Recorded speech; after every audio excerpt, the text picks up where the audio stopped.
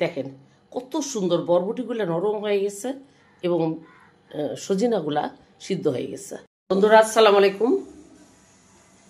কোরবানি ঈদে খাবার খেতে খেতে মাংস একদম খুবই মানে হয়ে গেল, তাই আমি আজকে কি রান্না করতে যাচ্ছি দেখেন।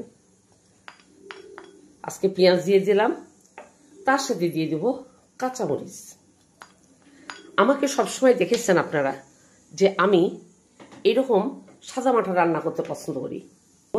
রসুন বাটা একটুখানি দিয়ে দেব, আদা বাটা একটুখানি দিয়ে দেব, জিরা বাটা। আপনারা এরকম হাত মাখা তরকারি খেতে কে কে পছন্দ করেন? হালকা একটু হলুদ দিয়ে দিলাম। যে আমি কি রান্না করব, চলেন যাই।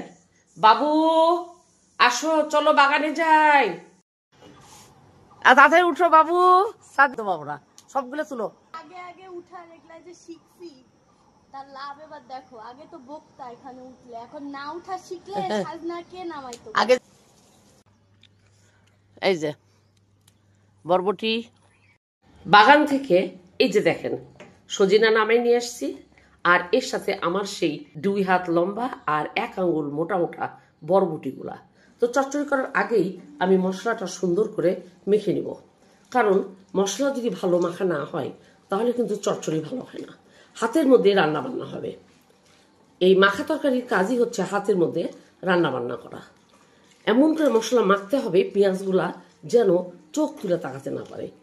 এই যে বাগান থেকে যে জিনিস তরকারিগুলো তুলে নিয়ে এসেছি এগুলো, এখন এগুলোকে ভালো করে আমি মাখিয়ে ভালো করে মাখাবো, কারণ এটা মাখানোর মধ্যে একটা টেকনিক আছে।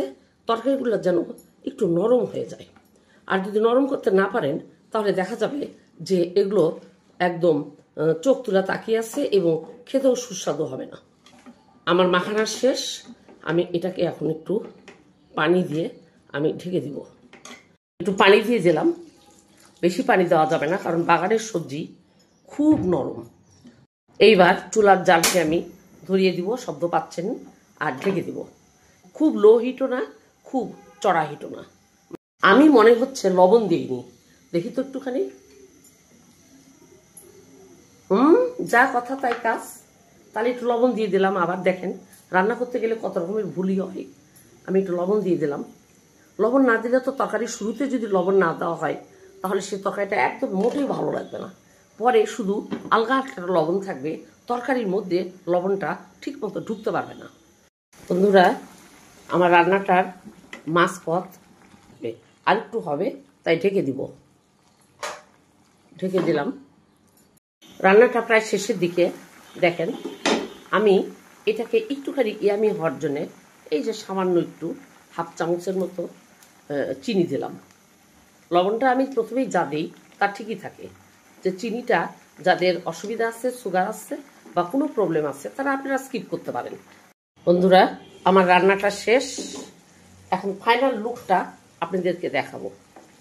এই যে ফাইনালি আমার সেই চচ্চড়িটা রেডি হয়ে গেল।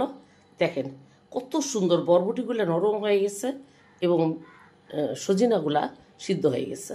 তো বন্ধুরা ফাইনালি ট্রাই করবেন এবং খাওয়ার চেষ্টা করবেন। ধন্যবাদ সবাইকে।